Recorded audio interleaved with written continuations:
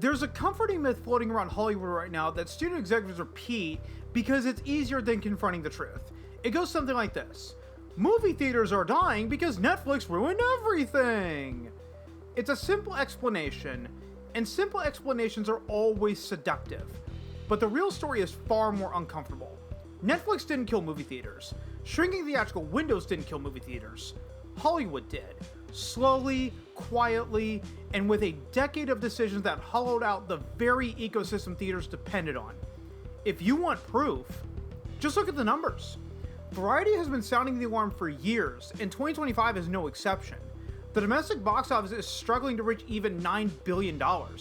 Pre-pandemic, $10 to $11 billion was normal. Now, even $9 billion is a dream. Alamo Drafthouse's COO put it bluntly, quote, "We just can't get the industry to $9 billion. 2 years in a row that the industry flatlined," end quote. That's not a window problem.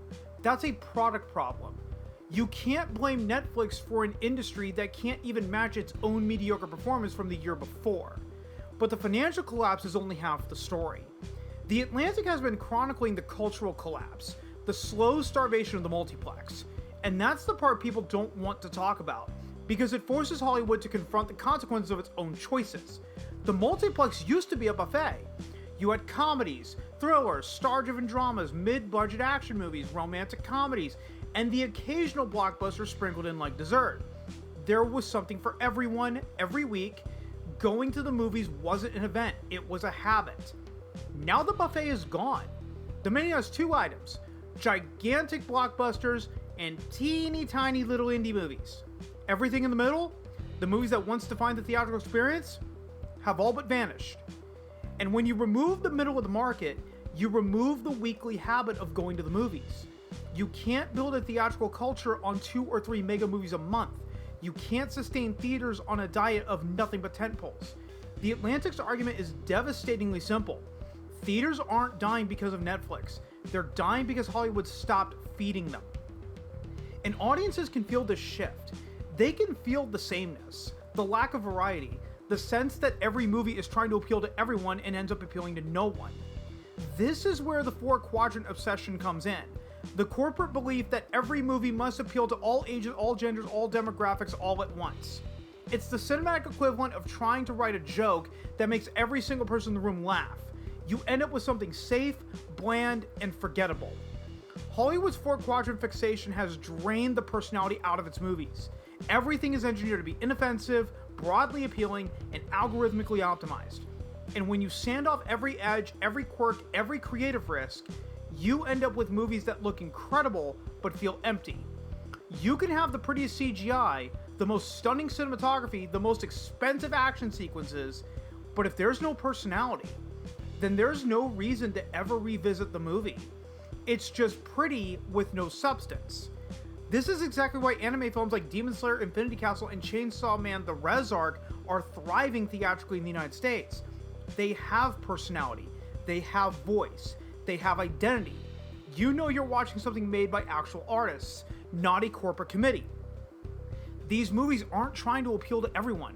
They're trying to be themselves, unapologetically, intensely, and with a creative confidence Hollywood abandoned years ago. There are still a few filmmakers in Hollywood who operate this way. Quentin Tarantino is the clearest example. You know you're watching a Tarantino movie within 30 seconds. His personality bleeds through every shot, every needle drop, every line of dialogue. But Tarantino is now the exception, not the rule. Modern Hollywood movies remind me of the hot girl from high school. The one everyone daydreamed about hooking up with, you want to fuck her. But then enough time passes, the looks fade, and you realize the truth. All she ever had were her looks. There was no personality underneath. That's modern Hollywood. It's the hot girl who coasted on beauty but never developed a personality. And now that the novelty is worn off, audiences are realizing there's nothing underneath the surface. The industry keeps throwing money at spectacle, hoping spectacle will distract from the emptiness. But audiences aren't stupid. They can tell when a movie has something to say and when it's just a product. And that brings us to one of the most fascinating case studies of 2025. A movie that, on paper, should never have become a global phenomenon, yet somehow did. K-pop Demon Hunters is the kind of film every Hollywood executive would have dismissed instantly. It has a niche art style, it leans heavily into K-pop aesthetics, it has no mainstream Western stars, it doesn't fit any 4-quadrant template. It doesn't resemble anything Hollywood would consider safe. In the theatrical system, that movie would have been dead on arrival. But Netflix changed the rules. K-pop Demon Hunters became a hit precisely because Netflix made it risk-free. You're already paying for the service. You can try the movie for 10 minutes. If you don't like it, you bail. No ticket price, no commitment, no sunk cost. Streaming enables discovery in a way theaters simply can't. Theaters punish curiosity. You pay up front, you commit 2 hours, and if the movie isn't working for you, too bad. Netflix, on the other hand, rewards curiosity. It encourages sampling. It lets audiences explore things they never would have paid to see in a theater. And that's why K-pop Demon Hunters became Netflix's most watched original film ever, beating Red Notice, a movie starring Dwayne Johnson, Ryan Reynolds, and Gal Gadot, 3 of the biggest stars in the world. Think about that. A quirky, stylized, K-pop infused animated film outperformed a $200 million Hollywood blockbuster with 3 A-list actors. That alone tells you everything you need to know about where audience tastes are shifting. But the story gets even better. After dominating Netflix, K-pop Demon Hunters received a sing-along theatrical release and became the #1 movie in America that weekend. And it did this without AMC, the largest theater chain in the United States, which refused to screen the film because Netflix wouldn't agree to a traditional theatrical window. AMC even tried to spin it as a moral victory, saying something to the effect of, "At least people can say AMC has principles." But the joke was on them. The movie topped the box office anyway, proving that audiences will show up for something with personality even when the biggest theater chain in the country refuses to participate. This is the part of the conversation that Hollywood keeps missing. Audiences aren't rejecting theaters. They're rejecting sameness. They're rejecting movies that feel like products. They're rejecting the idea that everything needs to appeal to everyone. K-pop Demon Hunters succeeded because it had identity. It had voice. It had a creative point of view. And Netflix gave audiences a low-risk way to discover it. Theaters didn't lose to Netflix because Netflix is more convenient. They lost because Netflix is offering the kind of creative variety Hollywood abandoned. This is why the argument that streaming killed theaters falls apart under scrutiny. Streaming didn't kill anything. Streaming simply replaced what theaters stopped offering. For decades, theaters thrived on variety. Mid-budget comedies, thrillers, dramas, romances, star-driven vehicles, and the occasional blockbuster. But Hollywood abandoned all of that in favor of giant tentpoles and microscopic indies.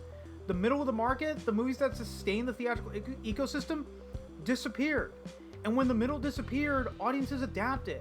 They didn't stop watching movies, they just stopped watching them in theaters. Netflix didn't steal audiences. Hollywood pushed audiences away. And this brings us to the shrinking window debate, the topic everyone loves to blame because it's easier than confronting the real issue. The argument goes like this. If studios would just stop sending movies to streaming so quickly, theaters would bounce back. But that logic only works if the movies themselves are compelling enough to justify a theatrical trip. And increasingly, they aren't. Take Encanto. Disney sent out to Disney Plus 30 days after release. 30 days. That's not a theatrical window, that's a grace period. And audiences responded exactly how you'd expect. They waited. Why spend $16 a ticket when you can watch it at home with your kids in a month? Then you have Red 1, which had a token theatrical run before Prime Video scooped it up. These aren't anomalies, they're the new normal. But even here, the window isn't the real problem. A longer window only matters if the movie is something people actually want to see. You could give a movie 45 days, 60 days, 90 days, 120 days if you're Top Gun Maverick. It doesn't matter if audiences aren't interested. A window is not a magic spell, it's a tool. And tools only work when the underlying product is something people want. This is why the window debate is a distraction. It allows studios to blame the calendar instead of the content. It allows exhibitors to blame streaming instead of the lack of variety. It allows everyone to pretend the system isn't broken at the creative level. But the truth is unavoidable. The theatrical market didn't collapse because movies started hitting streaming too quickly. It collapsed because Hollywood stopped making the kinds of movies that sustain a theatrical ecosystem. The shrinking window debate becomes even more revealing when you look at how exhibitors have responded. Theaters aren't just frustrated, they're panicking. Cinema United CEO Michael O'Leary took the stage at CinemaCon and declared what he called a war on shortened windows. Not a negotiation, not a plea, a war. He demanded a mandatory 45-day theatrical window for all major releases, framing it as the only way to save the industry. You could feel the desperation in the room. Exhibitors are watching their business model erode in real time, and they're grabbing onto the window debate like it's a life raft. But even O'Leary's declaration reveals the deeper truth. A longer window doesn't matter if the movies themselves aren't drawing people in. Like I said before, you could give a movie 45 days, 60 days, 90 days, 120. It won't magically create demand. A window is only valuable if the product is valuable. And increasingly, the product isn't. The LA Times has been blunt about this. Studios have no incentive to return to longer windows. Streaming drives subscriber growth, retention, and platform engagement. Shortened windows became normalized during the pandemic, and studios discovered they could double dip. Theatrical revenue up front, streaming momentum on the back end. Why would they give that up? Why would they go back to a system that doesn't benefit them financially? Theaters want longer windows because they need them. Studios don't. And in a business where leverage determines everything, the studios have all the leverage. Even if theaters got their 45-day window, it wouldn't fix the deeper creative and cultural problems that Variety and The Atlantic have been documenting for years. You can't fix a content problem with a scheduling solution. You can't fix a demand problem by rearranging the calendar. And you definitely can't fix a decade of creative stagnation by adding 2 extra weeks to a theatrical run. If you want to see how broken the old system is, look at The Fabelmans. This movie is the perfect case study, not because it's bad, but because it's exactly the kind of film that used to thrive in theaters. A prestige drama from Steven Spielberg, one of the most beloved directors in history. A personal story, awards buzz, critical acclaim. The kind of movie that 20 years ago would have opened small, expanded slowly, and built momentum through word of mouth. That was the old model. Platform release, limited engagement, then a nationwide rollout once the buzz hit. But The Fabelmans never expanded. It never built momentum. It never found an audience. It opened in a tiny number of theaters expecting to grow, and the growth never came. The Atlantic uses it as the perfect example of a system that no longer works. The prestige rollout model is dead. Not because the movie was bad, not because Spielberg lost his touch, but because audiences simply don't show up for adult dramas anymore. The demand isn't there. The habit isn't there. The culture isn't there. And this is where the window argument collapses completely.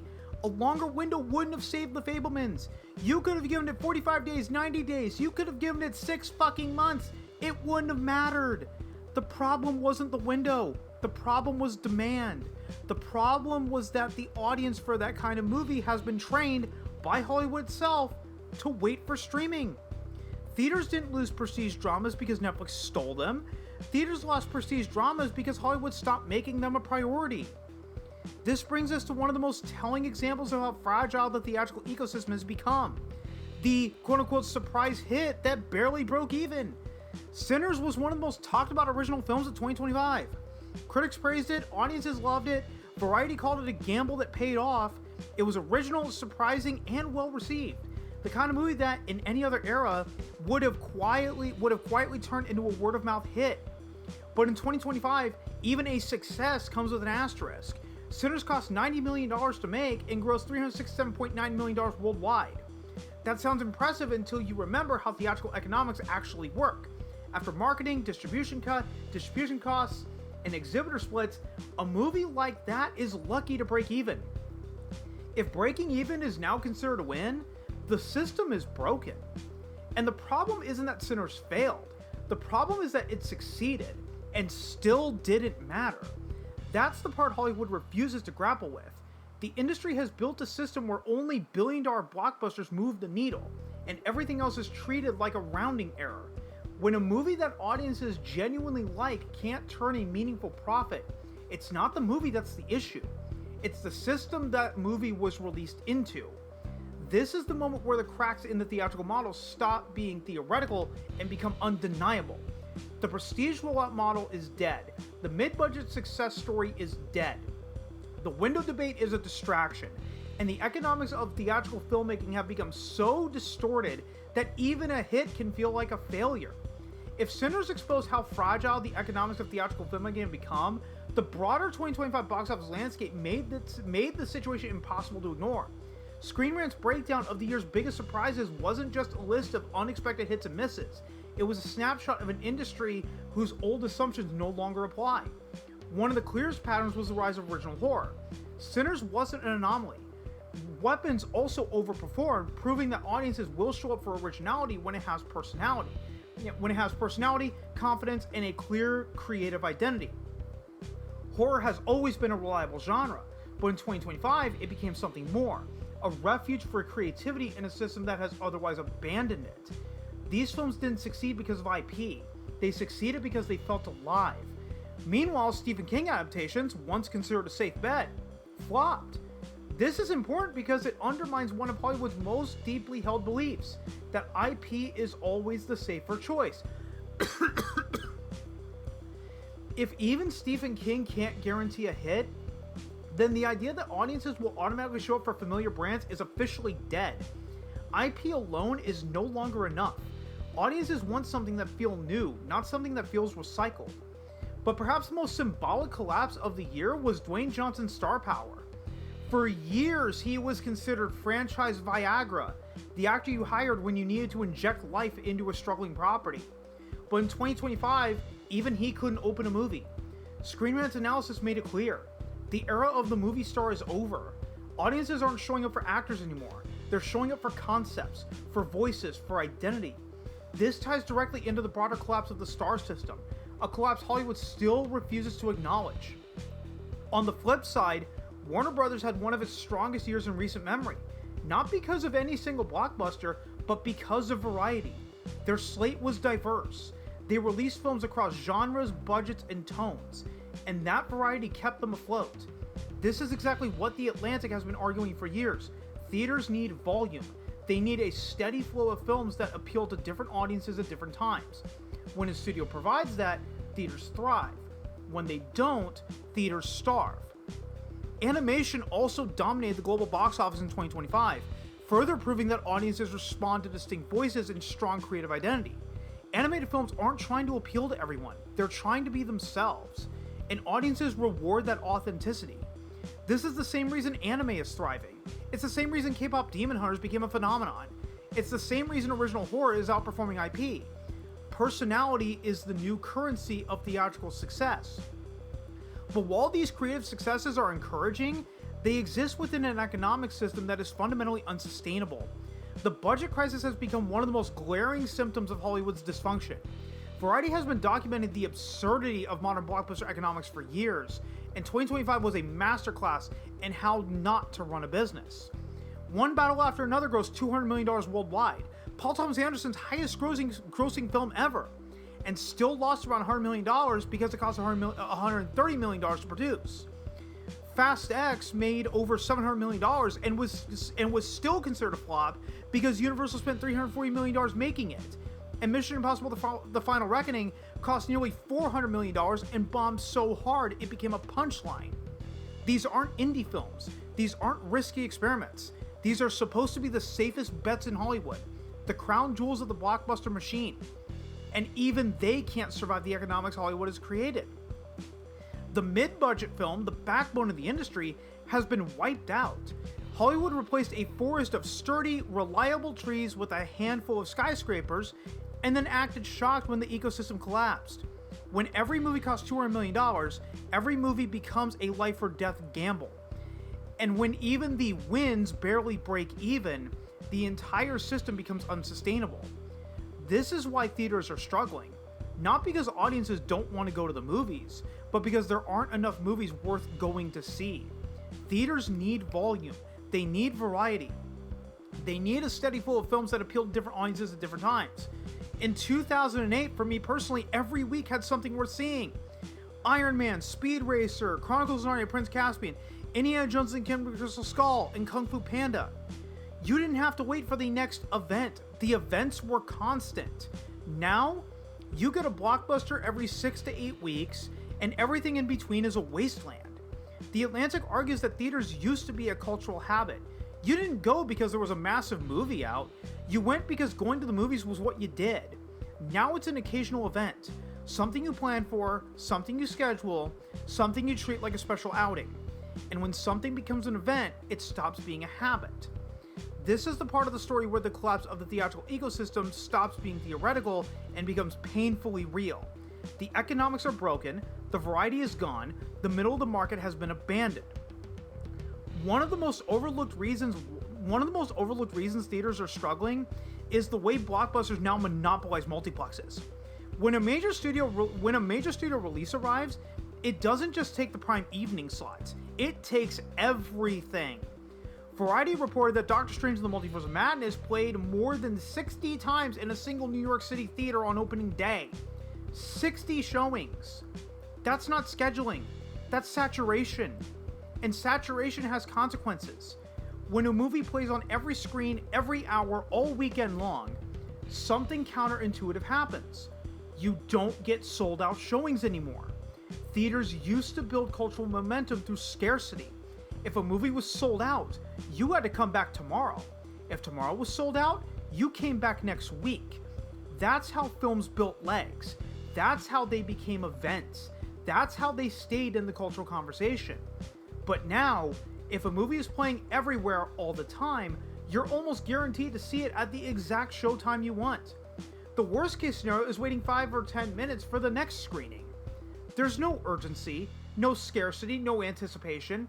Theaters burn through the entire audience in the first weekend because the movie is available at every possible moment. Imagine if Avengers Endgame hadn't dominated half the multiplex when it opened.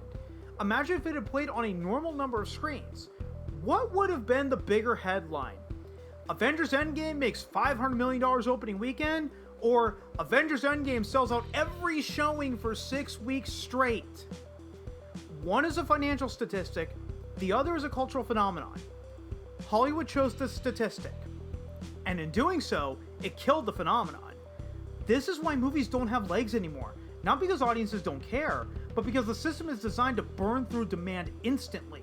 When every screen is showing the same movie, the entire audience gets absorbed in a single weekend. There's no room for slow growth, no room for discovery, no room for the long tail that wants to find theatrical success. And even the biggest movies aren't immune. Avengers Endgame, the highest grossing film in history at one point, made most of its domestic box office in the first 3 weeks. After that, the numbers fell off a cliff. If even Endgame is front-loaded, what chance does anything else have? This fragility becomes even more obvious when you look at ScreenRant's analysis of 2025 sequels. Hollywood keeps treating nostalgia like a cheat code, but the cheat code stopped working. The new Karate Kid underperformed. I Know What You Did Last Summer failed to revive its franchise. Freakier Friday couldn't recapture the magic of the original. These movies didn't just disappoint financially, they barely registered culturally. They came and went like content drops, not theatrical events. Even the last generation of true movie stars couldn't save the system. Mission Impossible: The Final Reckoning bombed despite Tom Cruise being one of the last actors who can still draw a crowd. Cruise didn't fail, the economics failed him. The budgets are too high, the expectations are unrealistic, the audience that once showed up for star-driven action movies has been trained to wait for streaming. Meanwhile, the films that did resonate in 2025 weren't nostalgia sequels or star vehicles. They were auteur-driven originals. Sinners broke through, Begonia broke through, and one battle after another, despite being Paul Thomas Anderson's highest grossing film ever, still lost money because it cost too much to make. That's the point. Even when audiences show up for originality, the economics are so distorted that success becomes impossible. Hollywood keeps insisting the audience is the problem, but the audience isn't confused. The audience isn't inconsistent. The audience isn't unpredictable. The audience is telling Hollywood exactly what it wants: personality, identity, creativity, and variety. And Hollywood keeps giving them the opposite. At this point, the window debate feels almost quaint. Exhibitors keep insisting that if studios would just return to a mandatory 45-day theatrical window, everything would magically go back to normal. But windows alone can't save theaters, because windows were never the foundation of theatrical success. The foundation was variety. The foundation was habit. The foundation was a steady stream of films that appealed to different audiences at different times. A longer window doesn't fix the fact that Hollywood stopped making those films. You can't fix a content problem with a scheduling solution. You can't fix a cultural problem with a calendar. And you definitely can't fix a decade of creative stagnation by adding 2 extra weeks to a theatrical run. Theaters don't need more time, they need more movies. They need more reasons for people to show up. They need the middle of the market back. And that brings us to one of the most painful truths in this entire conversation. The movie star is dead. Not because audiences stopped caring about actors, but because Hollywood stopped giving actors the kind of movies that turned them into stars in the first place. The star system wasn't built on blockbusters. It was built on mid-budget films, thrillers, comedies, romances, dramas, the kinds of movies that let actors show range, build personas, and connect with audiences. This is exactly what Quentin Tarantino was talking about when he said Marvel actors aren't movie stars. The characters are the stars. He caught a ton of flack for that comment, but he wasn't insulting the actors. He was pointing out a structural truth. The system no longer allows actors to become stars in the traditional sense. The brand is the draw. The costume is the draw. The IP is the draw. The actor is interchangeable. And Tarantino wasn't alone. Anthony Mackie, the Falcon himself, echoed the same point years earlier. He said the evolution of the superhero movie equated to the death of the movie star, because audiences no longer go to see an actor. They go to see the character. They go to see the suit. They go to see the logo. When the brand becomes bigger than the performer stops being a star in the classical Hollywood sense. Tom Hanks didn't become Tom Hanks because of Toy Story. Julia Roberts didn't become Julia Roberts because of Ocean's 11. Will Smith didn't become Will Smith because of Suicide Squad. They became stars because Hollywood once made the kinds of mid-budget films that let actors build personas and connect with audiences. Those movies don't exist anymore. Hollywood replaced them with $200 million blockbusters and $5 million indies. There's no middle ground. And without the middle ground, there's no place for stars to grow.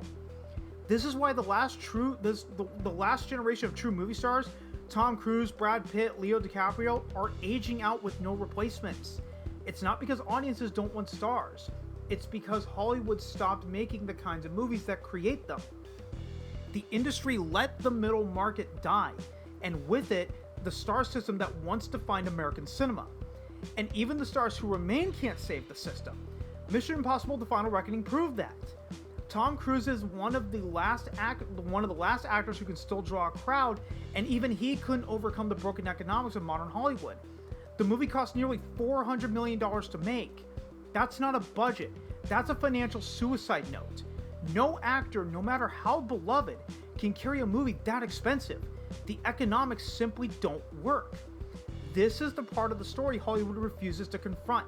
The problem isn't the audience. The problem isn't streaming. The problem isn't Windows. The problem is that Hollywood built a system where only billion-dollar blockbusters matter, and then acted shocked when everything else collapsed. The middle market died because Hollywood stopped investing in it. The star system died because Hollywood stopped nurturing it. And the theatrical ecosystem died because Hollywood stopped feeding it. All of this leads to one of the most misunderstood conversations happening in Hollywood right now. Netflix's proposed acquisition of Warner Brothers. This isn't a rumor, it isn't speculation, it's a real, formal buyout plan. One that still has to survive a gauntlet of regulatory bodies, antitrust scrutiny, and international approvals. People talk about like it's the final nail in the coffin for theaters, as if Netflix owning a major studio would somehow accelerate the decline of the multiplex. But the truth is far more uncomfortable. Netflix buying Warner Brothers isn't the threat.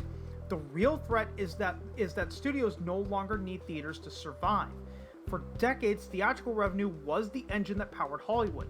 Movies played in theaters, made their money, and then trickled down through home video, cable, and eventually streaming. Theatrical was the foundation. Everything else was the bonus. But the hierarchy has flipped. Streaming isn't the afterthought anymore. It's the business model. It's the retention strategy. It's the subscriber magnet. It's the long-term revenue stream. Theaters are now the bonus. And when something becomes a bonus, it becomes expendable. This is the part of the story that makes people uncomfortable because it forces them to confront the reality that the incentives have changed.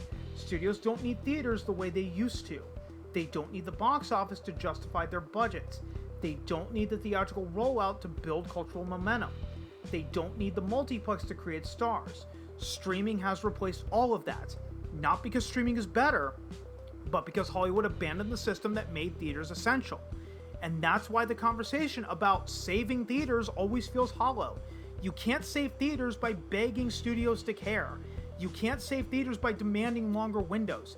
You can't save theaters by pretending the last decade didn't happen. The only way to save theaters is to rebuild the ecosystem that made them matter in the first place. Theaters need lower ticket prices. They need to become affordable again.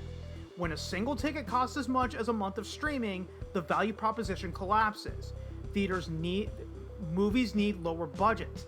Hollywood can't keep spending $300 million on movies that have to make $1 billion just to break even. Theaters need variety.